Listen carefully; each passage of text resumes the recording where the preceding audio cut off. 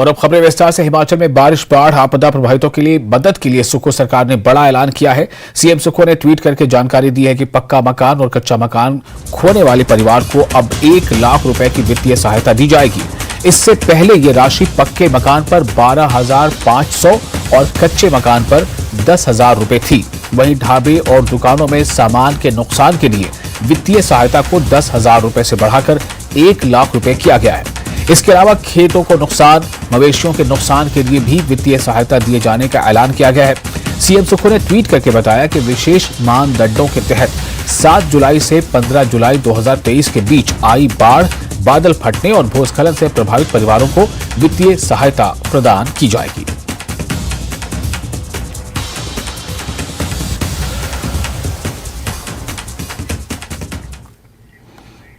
आपदा से जुड़ी बड़ी खबर है। 24 जून से अब तक 122 लोगों की मौत हो चुकी है, जबकि 12 लोग अब भी लापता हैं।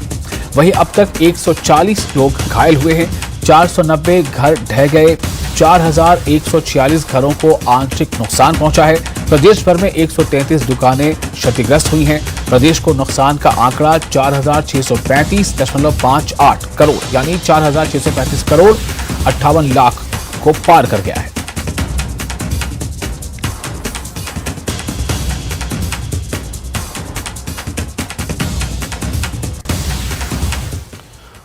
और वहीं राहत कार्यों में कोताही बरतने वाले अधिकारियों पर कार्रवाई हो सकती है। इन अधिकारियों से मंत्री नाराज हैं।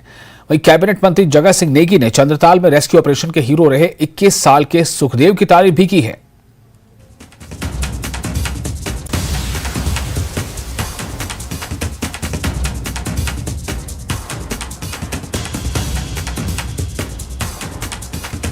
बारिश से हुई बर्बादी में नुकसान के आकलन के लिए केंद्रीय टीम बुधवार को आएगी। केंद्र ने इसके लिए अंतर मंत्रालयी 3 टीमें गठित की हैं, जो कुल्लू, किन्नौर और रोहड़ू का दौरा करेगी। जी हां, एक बार फिर आपको बता दें कि बारिश से जो भी नुकसान हुआ है, बारिश से हुई बर्बादी के नुकसान के आकलन के लिए केंद्रीय टीम बुधवार को आएगी। केंद्र ने इसके लिए अंतर मंत्रालयी 3 टीमें गठित की हैं, जो कुल्लू, किन्नौर और रोहड़ू का दौरा करेंगी। राजस्व मंत्री जगत सिंह नेगी ने यह जानकारी दी है और केंद्र से उचित सहायता मिलने की उम्मीद जताई है।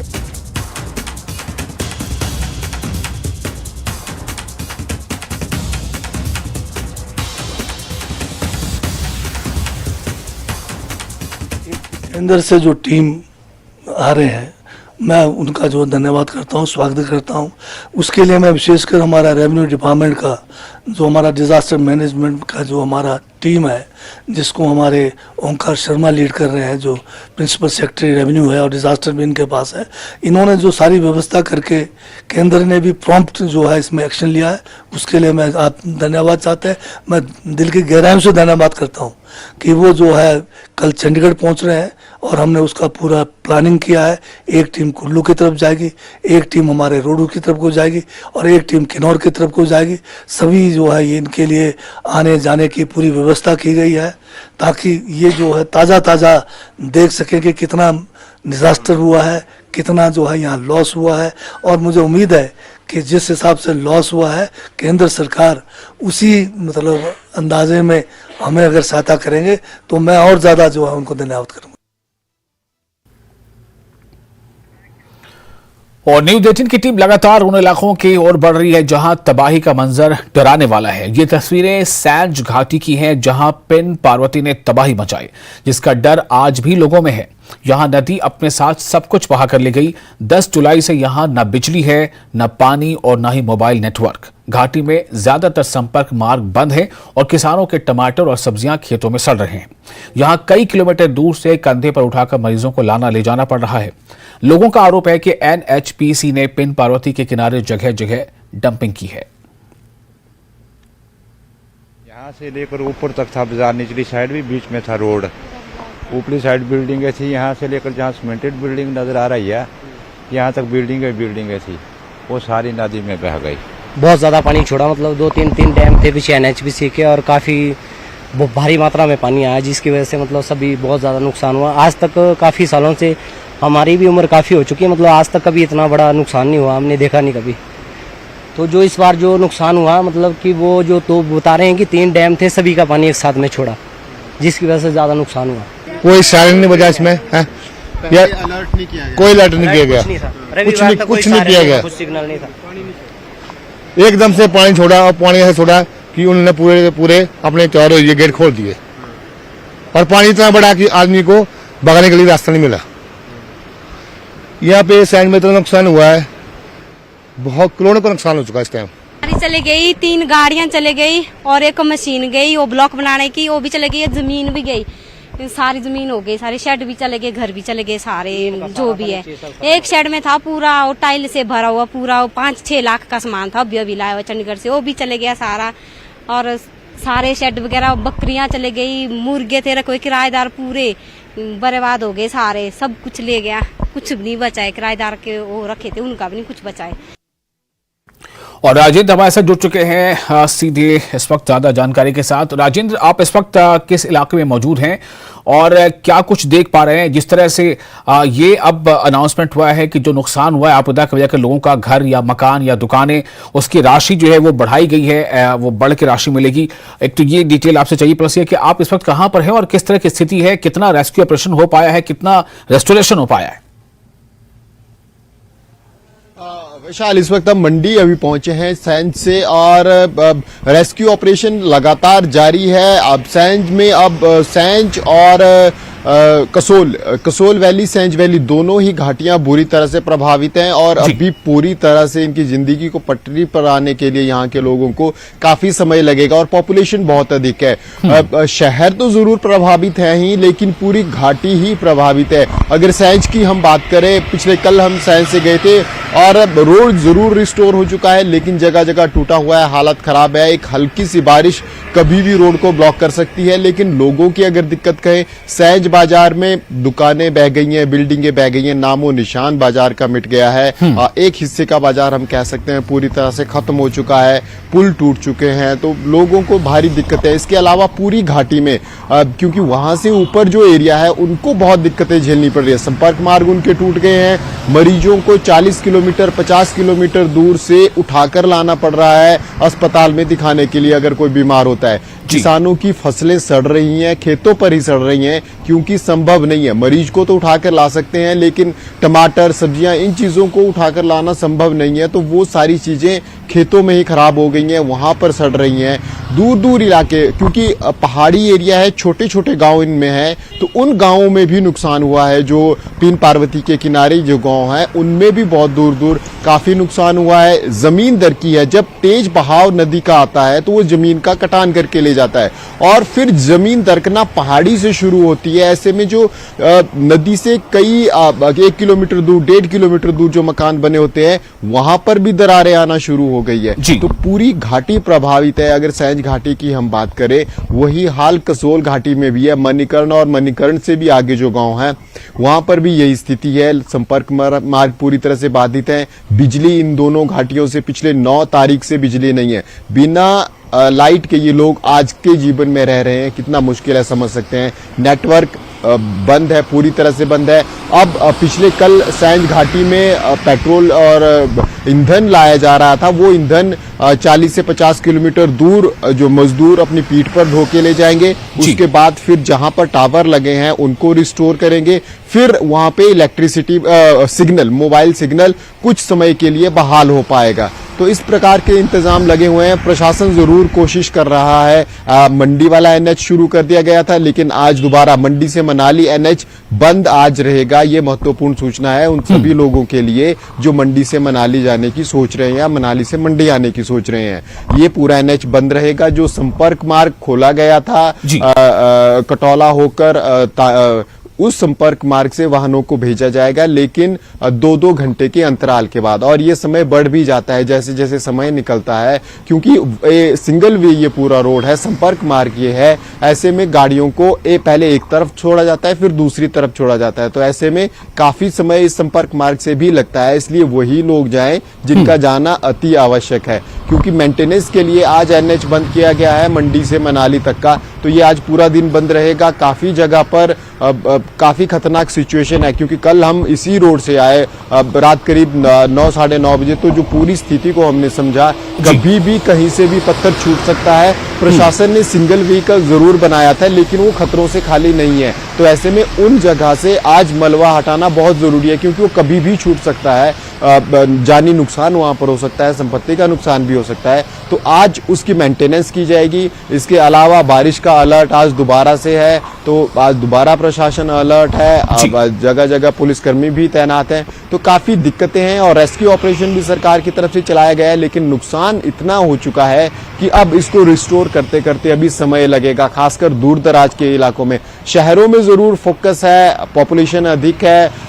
चीजें बाहर निकल जाती हैं, खबरें बाहर निकल जाती हैं, लेकिन जो गांव हैं वहां से सूचना पहुंचना बहुत दिक्कत होती है। दूर दराज के क्षेत्र भी है, पैदल भी चलना पड़ता है, वहां पर रिस्टोरेशन काम को काफी समय लग जाता है। अब इसी बीच सरकार की तरफ से जो राहत मैनुअल में सुधार किया गया है, उसकी लोग जरूर तारीफ कर रहे हैं। कल हमें मिले जिस प्रकार से मुख्यमंत्री ने कहा कि इस बारिश के इस दौर में पर्टिकुलर पीरियड ऑफ टाइम में जिन लोगों का नुकसान हुआ है उनको अमेंडेड जो राहत मैनुअल है उसके अनुसार सहायता राशि मिलेगी। मकान की बात उन्होंने कही कि 1 लाख रुपया अगर मकान किसी का बहा है या रहने योग्य नहीं रहा तो उसमें 1 लाख रुपए दिया जाएगा। इसके अलावा क्योंकि अब आदमियों की जान के अलावा पशुधन की भी काफी हानि हुई है लोगों को, किसानों का एक बहुत बड़ा जिंदगी का हिस्सा पशुधन भी होता है, उनके सहारे भी कमाई होती है और उनके सारे खेतों में गोबर भी होता है। तो दुधारू पशु की मौत पर मुख्यमंत्री की तरफ से 55,000 रुपए की बात कही गई है। ये भी एक बड़ी राहत किसानों के लिए है, क्योंकि और फसल के नुकसान के लिए भी इम्प्रूवमेंट की गई है। इसके अलावा किसी की अगर प्रॉपर्टी लॉस, जमीन बहकर चली गई है, उसके लिए उसमें भी इम्प्रूवमेंट की गई है। तो इस राहत को लोग जरूर इससे थोड़ी राहत मिलेगी। और ये राजेंद्र, दो बातें हैं। एक और सवाल ये है मेरा कि जो छोटी छोटी सड़कें हैं जो किसी एक गांव से दूसरे गांव तक या एक छोटे शहर से दूसरे तक, क्या सड़कें ज्यादातर बहाल हो चुकी है या उसमें अभी समय लगेगा? एक तो ये सवाल है। और दूसरा ये कि मौसम हालांकि अभी तो ठीक ठाक दिख रहा है, आपके पीछे आप देख पा रहे हैं कि अभी बारिश तो हो नहीं रही, लेकिन मौसम विभाग का अनुमान क्या है आने वाले दिनों के लिए?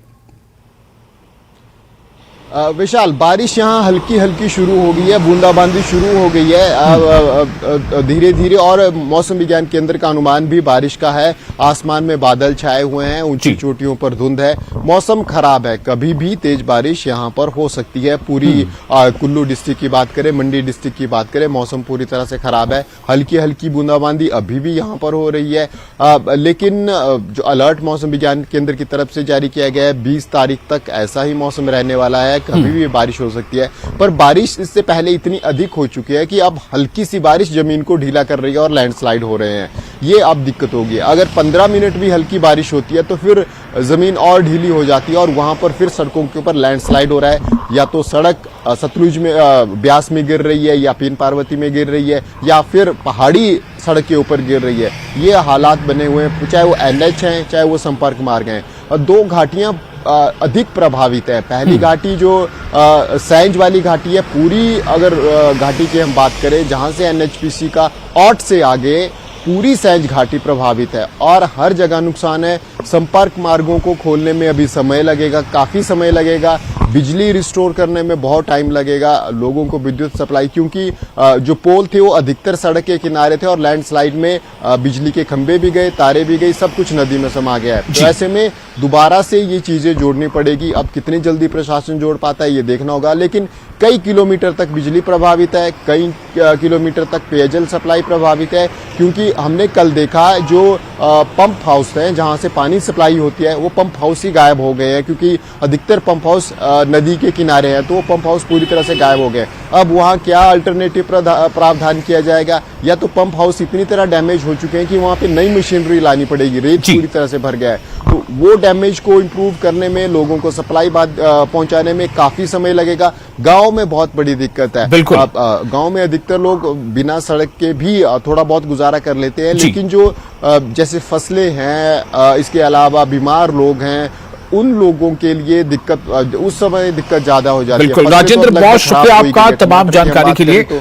और मौसम विभाग का जो अनुमान है वो उसके हिसाब से चीजें थोड़ी बेहतर अगर हो जाए तो अच्छा है। और जहां तक जो राशि है, जो आपदा में जिन लोगों के मकान या दुकान या धन पशु का नुकसान हुआ है, उसके लिए जो सरकार राशि देने वाली उसमें भी बढ़ोतरी की गई है, ये एक अच्छी खबर है। इसी के साथ फिलहाल यहाँ पर एक छोटा सा ब्रेक लेते हैं, ब्रेक के बाद जल्द हाजिर होंगे।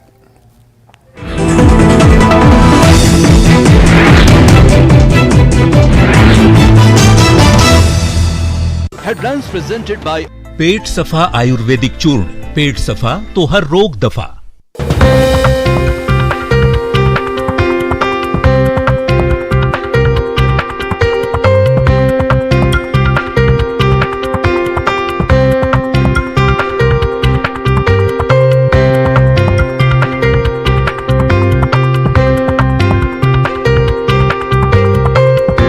हेडलाइंस प्रेजेंटेड बाय पेट सफा आयुर्वेदिक चूर्ण। पेट सफा तो हर रोग दफा। वो भी देखरेख के अभाव के कारण बंद हो गई।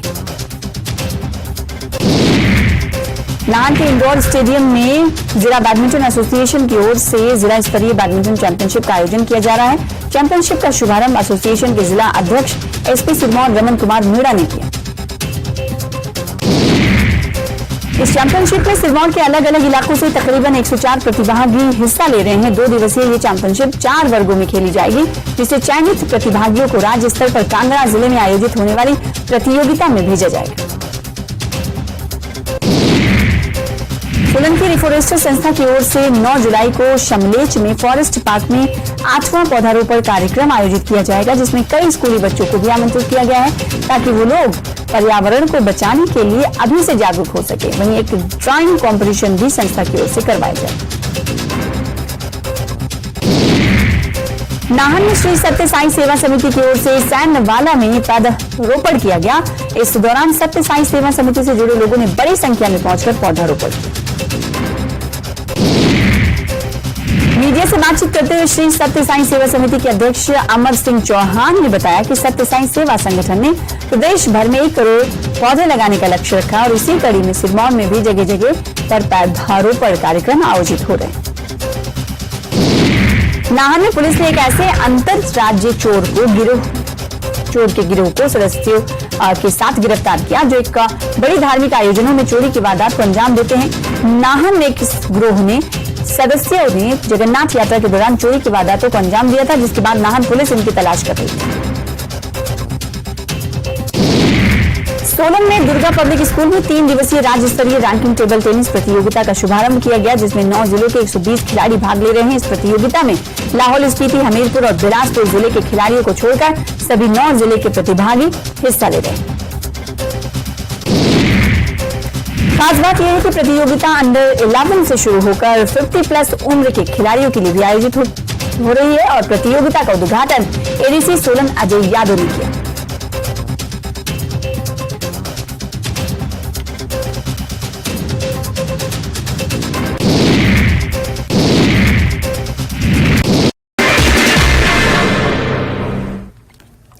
आदाब, नमस्कार। आप देख रहे हैं धार भी रफ्तार भी। मैं हूं आपके साथ सना वारिस। देश और दुनिया की तमाम खबरों को जानेंगे तेज रफ्तार अंदाज में। इसकी शुरुआत जम्मू कश्मीर की अहम खबरों के साथ। सफा आयुर्वेदिक चूर्ण। पेट सफा तो हर रोग दफा।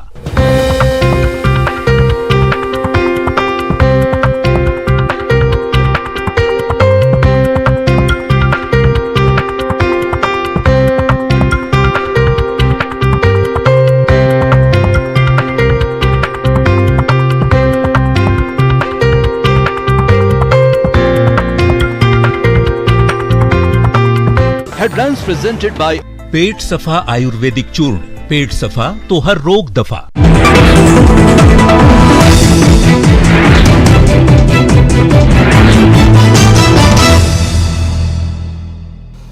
ब्रेक के बाद एक बार फिर आपका स्वागत है न्यूज 18 जिक्र में। आप देख रहे हैं नमस्ते हिमाचल। कुल्लू मनाली के काइस पे बादल फटने से हुई तबाही का पूर्व मंत्री गोविंद सिंह ठाकुर ने जायजा लिया और प्रभावित परिवारों से मुलाकात की। उन्होंने कहा कि प्राकृतिक आपदा के समय सरकार और प्रशासन को संयम के साथ काम करना चाहिए। जिस तरह से विधायक और सीपीएस लोगों को राहत राशि के तौर पर कैश बांट रहे हैं, ये तरीका गलत है।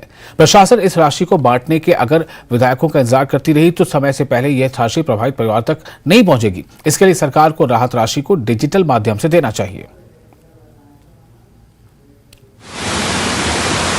यहाँ पे बादल फटने की घटना हुई है और मुझे इस घटना के बारे में इस ग्राम पंचायत के उप प्रधान श्री मोहर सिंह जी के द्वारा सुबह 4 बजे के करीब दी गई। मुझे लगता है कि जो एडमिनिस्ट्रेशन का जो एक ठीक सिस्टम है कि जिसके कारण से बटना चाहिए, और इसके कारण से यदि आप विधायक और सीपीएस का इंतज़ार करते रहेंगे तो आखिरकार लोगों तक राहत राशि पहुंचने में भी समय लगेगा और वो एक ठीक परंपरा भी नहीं है, और इसलिए इसको ठीक प्रकार से करें ताकि लोगों तक जल्द से जल्द राहत पहुंचे। और मंडी में 6 मील के पास लैंडस्लाइड हो गया और जेसीबी पर बड़ा पत्थर आकर गिर गया। इस दौरान रास्ता खोलने में जुटे लोग बाल बाल बच गए। अब जानकारी मिली है कि सुबह फिर से भूस्खलन हुआ है, जिसकी वजह से 2 दिन चंडीगढ़ मनाली नेशनल हाईवे बंद रहेगा। एसपी मंडी सागर चंद ने इसकी जानकारी दी है।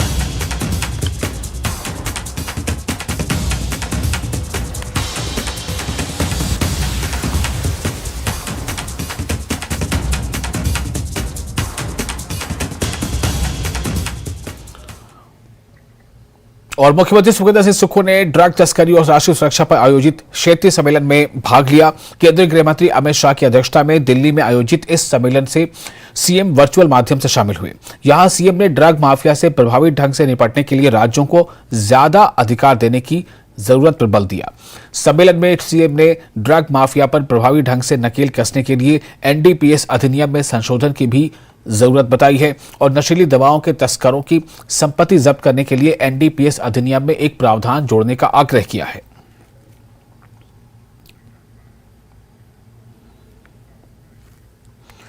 शिमला में बीबीएमबी और चंडीगढ़ में हिस्सेदारी को लेकर कैबिनेट सब कमेटी की एक बैठक हुई, जिसकी अगुवाई कैबिनेट मंत्री चंद्र कुमार ने की। बैठक में मंत्री जगत सिंह नेगी और हर्षवर्धन चौहान मौजूद रहे। वहीं ऊर्जा सचिव समेत कई अधिकारी भी बैठक में शामिल हुए। बैठक को लेकर चंद्र कुमार ने कहा कि हर मुद्दे पर विस्तार से चर्चा हुई है। मामला सुप्रीम कोर्ट में लंबित है। ऐसे में 7.19% हिस्सेदारी पर 26 जुलाई को सुनवाई होगी।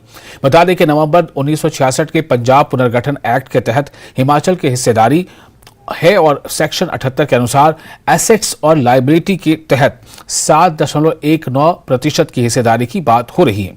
उन्होंने आगे कहा कि जल विद्युत परियोजनाओं में पर्यावरण के मुद्दों की अनदेखी हुई है। कई स्थानों पर अवैध कब्जा भी किया गया है।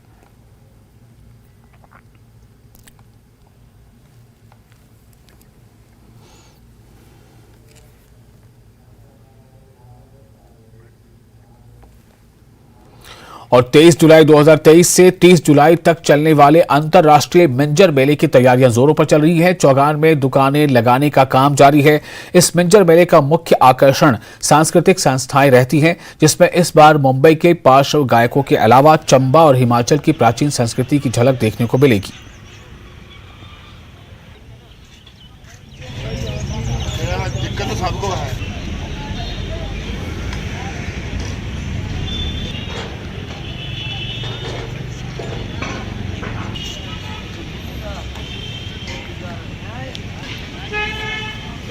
और इसके साथ ही नमस्ते हिमाचल में फिलहाल इतना ही, लेकिन न्यूज़ 18 जे के लिए इस पर लगातार बड़ी और अहम खबरों का सिलसिला जारी रहेगा।